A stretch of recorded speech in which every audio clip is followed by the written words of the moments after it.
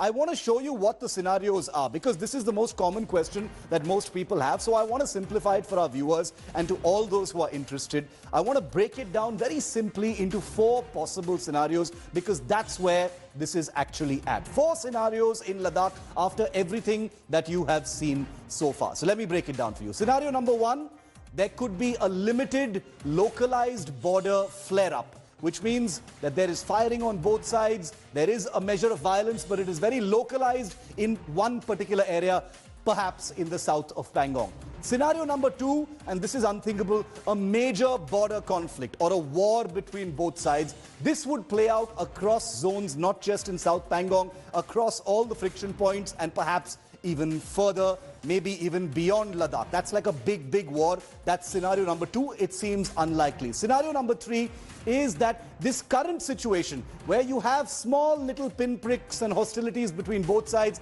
just goes into a drift mode, slow burn mode, and just continues through the winter and into next year. This is something that China may want to do, because that's how they grow roots and create those new facts on the ground and create that new status quo.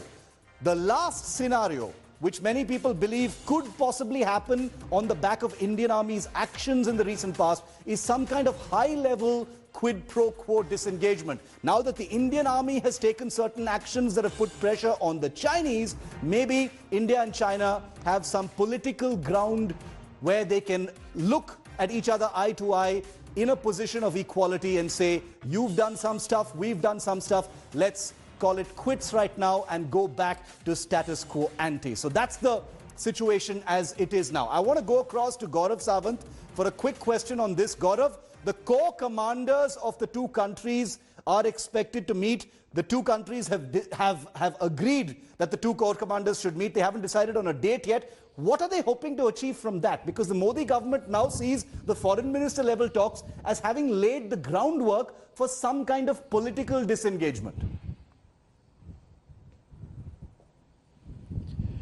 Shiv, the core commanders could move on areas of convergence and reduce the areas of divergence. But, you know, when we talk about scenario 4, and Shiv, that's extremely critical. Even when the Chinese now realize that India's on higher ground, India's in a superior position, and they may tactically agree to disengage or move back. They may also ask India to move back a certain distance, and that is where India's troubles will begin, because the Chinese can quickly come back and reinforce, given the better quality of roads and infrastructure that they have on their side of the line of actual control, also the terrain that favors them.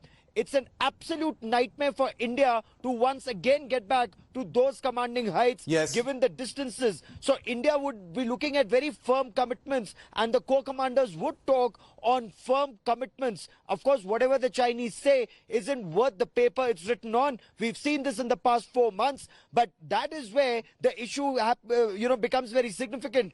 If we move back from south of Pangong, so it's a major advantage for China. China may move back from finger 4 to finger 8, and it may come back. What do we do if it also then decides to occupy the heights in Rizangla and Richindla? That is where it will be advantage China and disadvantage India. So many quid pro quos and verification process. This is what the core commanders would be talking about. A process of verification, because there is no trust. Gaurav and Abhishek, stay with me.